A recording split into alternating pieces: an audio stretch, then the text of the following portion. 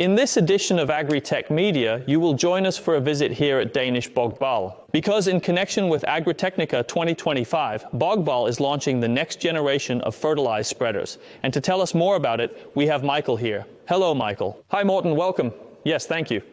And you are actually standing with the news behind you. It's not just one new, it's actually news that contains 3 elements in one machine. If we quickly go through it, we have a completely new ISOBUS user interface and ISOBUS controller on the machine. We have a fully hydraulic system with load sensing, and then we are interesting news.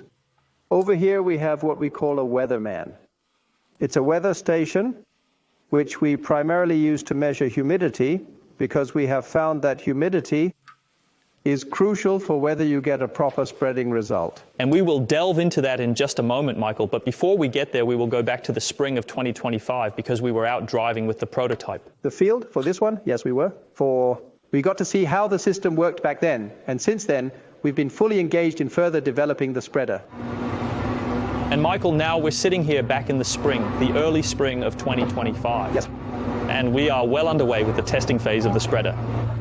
We're just running some tests here on such a hybrid of some technology from Bogballe and some technology from Bogballe. And you can see that we're running Bogballe ISOBUS down here on the tractor screen, and then you have a Bradle computer over here. So I have a Bogballe screen and such an ISOBUS. It's actually also an ISOBUS system. And then we operate the spreader at one system and at the other the spreading discs via such an LS hydraulic system. So we have some regulation to determine how much oil it should receive. So this is indeed a fine hybrid, the best of both worlds you have combined here. It is, certainly. And you can see now we're moving over with test trays. And you can also see on the drone footage here, there are plenty of test trays out in the field here. Yes. We have tested it in the test hall before we go into the field, so we've conducted a lot of spreading tests. And this is, among other things, in relation to headland spreading, where when you have a hydraulic system on the machine that is 2 individual oil motors, you can reduce the revolutions on one side, when you drive, for example. Headland spreading, and because we operate what is called center in, and then you get the ability to vary the speed from the right to the left spreading disc. You get some fantastic opportunities to create headland spreading. That is simply, I would say, unbeatable. So you could say that you are quite far along in the testing phase as we sit here with the spreader on the tractor. Yeah. It's not for fun that you drive around on a grass seed field. It tells you 100%. Is that it? That's essentially the most difficult discipline in fertilizer spreading. It's the grass seed field. So, of course, we test it here. Yes. Create the biggest challenges for yourselves. It's uphill. You get strong legs there, right? Yes, that's exactly it. And how long do you think you've spent on the project here until now? Well, the startup phase has been relatively straightforward, but there's a whole lot of programming ahead because we need to integrate the entire hydraulic system into our user interface on the user face. And of course, that's a bit more complex with the software than just pressing a button. It requires a bit more effort. And I can say that perhaps the largest part of the development work is still ahead. It's waiting, and that's the software part. Because we have some really skilled blacksmiths who were just told, can't you piece this together to make a fertilizer spreader? And it actually doesn't take very long.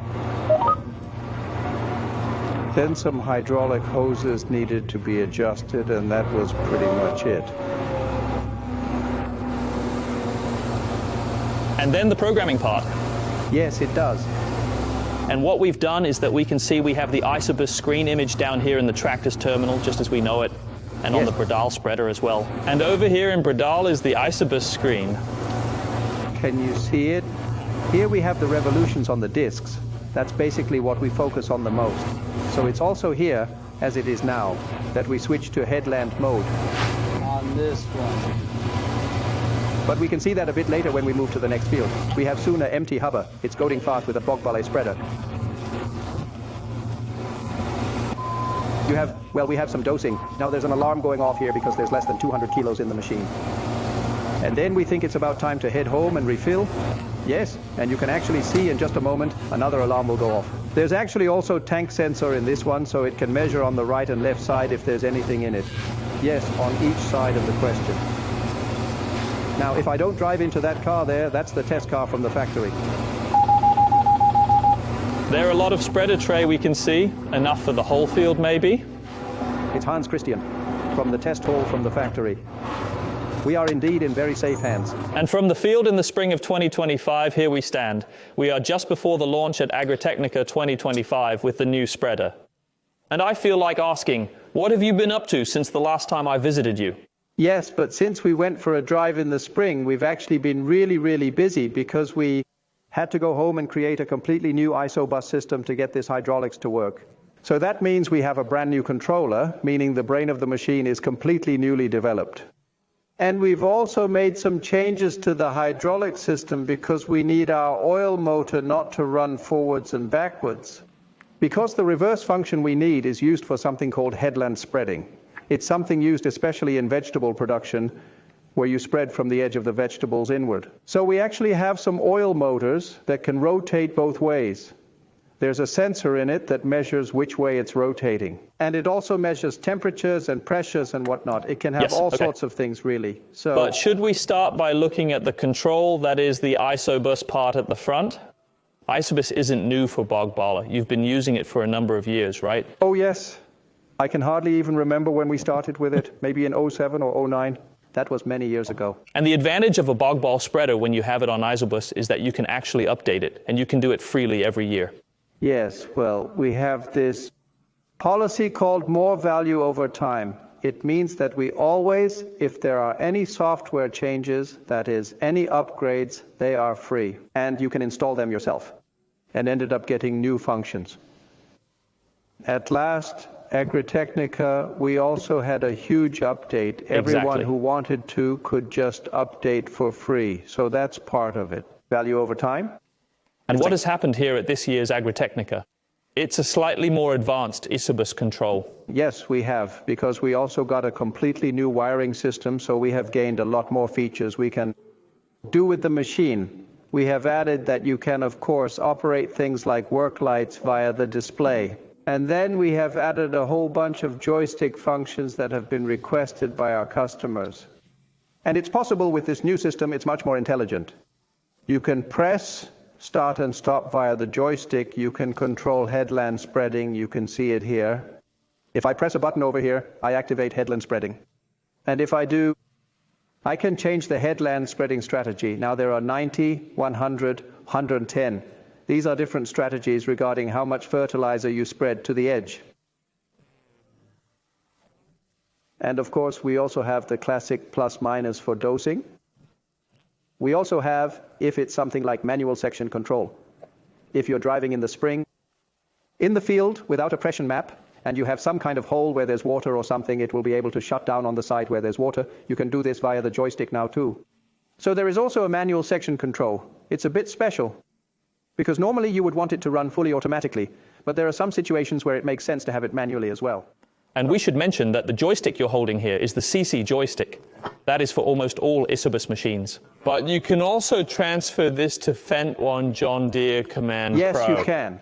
It's simply a matter of defining the joystick functions. And you also have an overview here on the screen where we can see what you've transferred. Here we can see what we've entered here. For example, you have plus minus on dosing. You have on and off for work lighting. You have switching between headland and normal spreading. And then you have that strategy I showed with those 90, 100, 110%. And then you also have an escape button here. It's for when you've adjusted the dosage up or down, you press there and it goes back to the starting point, and then a start-stop. It's good in the corners when you're doing the first round. And there are multiple layers. Some new functions will appear here. Here we have it. Now I've only added a few things, but here you have the manual section control. And all in the same joystick, the CCI. So it's actually really comfortable to work with, because we get all these functions integrated into the machine. So now you don't have to sit and use the screen anymore. You can just use the joystick functions. And this update of the new ISOBUS will initially be available for the new fertilizer spreader. Yes, it does. It's something we're implementing on this new model. We need to have the first machines running this spring. We conducted a test last year that showed it was fine. At least in terms of headland spreading, it's really optimal with this hydraulic system. Then we had to move forward with this ISOBUS controller, and we need to have a number of machines running this spring in various places across Europe. When testing something new like this, you have to ensure that the entire user interface is tested. all the functions in the machine. It's not just under Danish conditions that we need to test. We also need to go to Germany, maybe to England, to France, where the entire user interface of the machine or all the functions of the machine are tested. So it's quite an extensive task, but we expect to have gathered all the feedback together, which we need to get the final things across the finish line, and then we can officially release the machine for sale around June 1st. Next maybe year. a little earlier. And you can see the machine at Agritechnica. You could definitely say that what we have here is a mock-up, because the machine is, for now, a single model. It's a next generation. We've had the one called Bogballe M45V, and that's actually the one right here next to us. It's a 4.5-ton spreader, and it's one of our best sellers. It's a really popular spreader for the size of farms we have today. And we've chosen to call this one the Bogballe MH45 because it's a hydraulic machine. And we only build it with load cells, meaning it only exists in one edition with weighing technique, and then we no longer need to put the double V on. We've simply removed it after now. MH45 is quite simple. So we also know if someone calls in and says, I have such an MH45, then we know exactly what components it contains. A series of lying hoses have arrived here, and that's because we've lost our PTO. Yes, we've simply installed a hydraulic system, and there are different hoses and screws for it. Can you see it? Yes, and then there's pressure, signal. It's for LS, and then you have some drain, and you have that here, for example. It says drain there. And then it probably says something on the red one. Something P for pressure. Pressure, yes, and an ISOBUS plug, and then there's an ISOBUS plug. And there's also an extra holder here for anything else you could imagine. This is for the light plug over here, and this one it's for if you have a hydraulic shipment. There's also a hose suspended for it. Yes. So it's simply included in the machine. We call it a hose tamer, and the heart itself of the spreader is at the yellow-like ones. These are the 237 cubic oil motors, and all fittings and so on, they are rust resistant. So we don't have any corrosion on all pipe fittings, pipes and fittings. And it's basically the brain of the hydraulic system. And then you have the control itself here. It sits there. And this hydraulic pump allows you, for individual operation of the spreaders, as we also saw in the spring, you can operate at different speeds. Why is it smart? It's really smart when it comes to headland spreading. We've mentioned it many times. We operate in the center. We have a forgiving overlap zone in our spreading system. And when you can do this in connection with headland spreading, allowing you to operate at different speeds, you can achieve a really neat spread, because you can reduce the revolutions on the edge side. It will typically be around 565 revolutions. It spreads with lower revolutions, and the opposite side overlaps and compensates. This means that you have the two spreading patterns from the right and left sides that essentially complement each other, and this results in fantastic headland spreading. The tests we've conducted in the test hall, when you really fine-tune everything, you can achieve a coefficient of variation below 10, and that's on edge spreading. It's absolutely insane. As I said in the spring, unbeating. Well, yes, exactly. It still is. How much more does one increase precision by getting this height spreader compared to your previous spreader? In headland spreading, you can increase it by, I think, 15%. It's around there. And it's a relatively large area where you increase precision, because when measuring headland spreading, you measure from the edge and then 2.5 track widths on the field. And if you can reduce it, in a certain case by 15%, that coefficient of variation, then you get a really nice picture. When is it relevant with this new option? It is when you run what is called from edge, a situation where you drive along the field edge and spread with one disc in the field. It is really useful if you are growing grass for feed. Hay for horses especially. You need a very precise allocation, otherwise something happens to the protein in the batch of that hay, as we know. And the better you can make that spread, the more uniform hay you can produce. And this is actually also true for grass silage. If you drive along the edge and spread with one disc in, you have a very steep edge curve, and you overlap it back with a normal spread. And then you get a really nice spread, and you get a uniform product. So it's not because we need to go out and drive in our rapeseed fields along the edge? No, that wasn't the statute. We know well what it is then. And can you still control your headland spreading within the care track normally, even up to these 40 meters of working width? Yes. or 42? Yes. It certainly has the potential for more precision, and that's the focal point of all this. It's precision, increased precision, and then even more precision. And when we talk about precision, right here in front of me, there's this Weatherman, which is your new weather station? Yes. And what is it capable of? Well, it can do a whole lot of things. Such a device can measure all sorts of things happening out in the field. So, it can measure wind, wind speed, wind direction, temperature, air pressure, and not least humidity.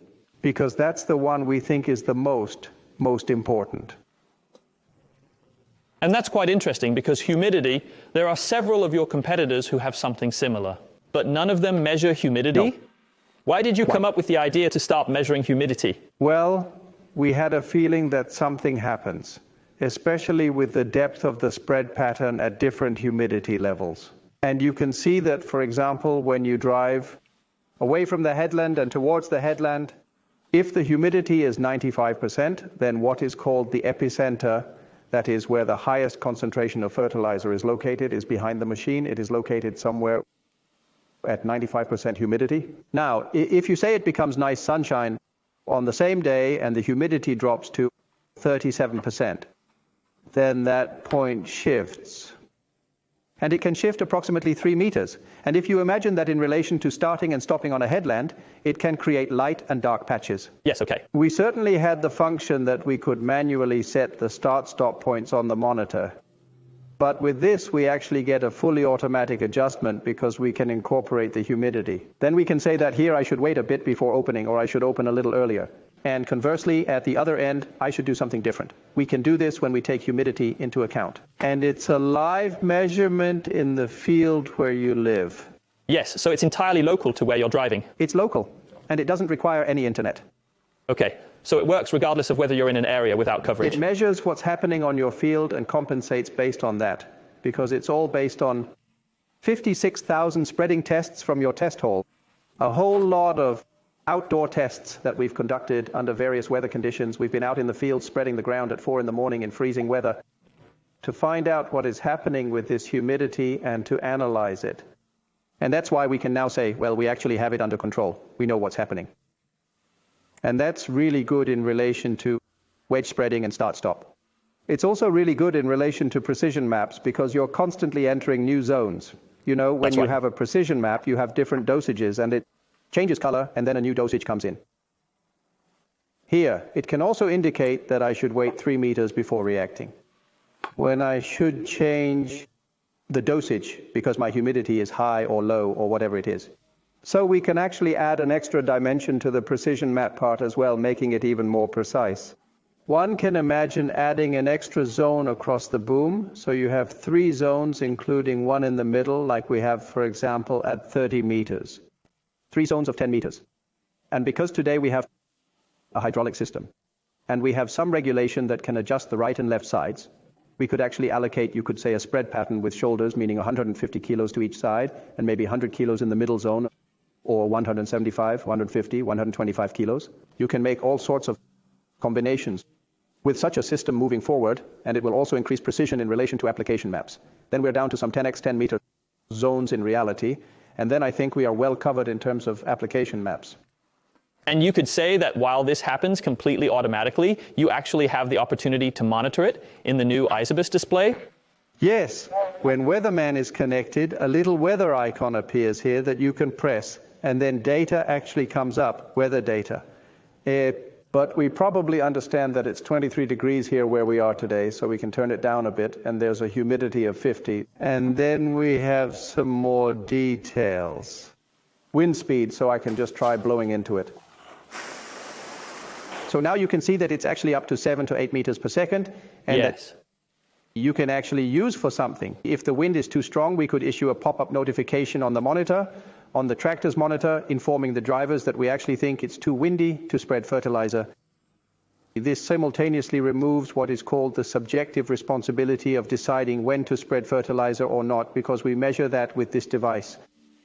It can assure us that the weather is fine or that the wind is perfectly suitable for spreading fertilizer. And sometimes one might be tempted to either stop spreading fertilizer too early because it seems too windy or too late. This applies both ways, and with such a pop-up, you can actually remove all that responsibility from the driver. We will inform him of that. Do you log this data together with the supply files when you're done spreading fertilizer so you can go back and see, that was actually a really good idea? Fantastic, you never know. And Michael, the Bogballe spreader here will officially premiere at Agritechnica. 2025? Yes, it will. Just before long, it will be packed up, put on a truck, and driven to Hanover. And then it will be placed in hall number 9, where we have a stand together with Burdal, our sister company. And then you can learn more about the new generation of fertilizer spreaders from Bogballe. And in this way, we also come to the conclusion of this film on Agritech Media. And are you interested in hearing more about Bogballe, seeing their production? Then I actually visited Bogballe back in spring 2023. This resulted in 2 films, and you can find the link to both films in the description below. And if you haven't already, press the subscribe button here on Agritech Media's YouTube channel. There are 2 advantages. The first is that if you turn on the bell, you'll receive a notification directly on your phone the next time a new film is available here on the channel. And we are just about to face Agritechnica 2025, and I can already reveal that there will be a flood of films, so it would be really good to stay updated. And the second advantage is that you show your support for Agritech Media. The best part is that it's completely free.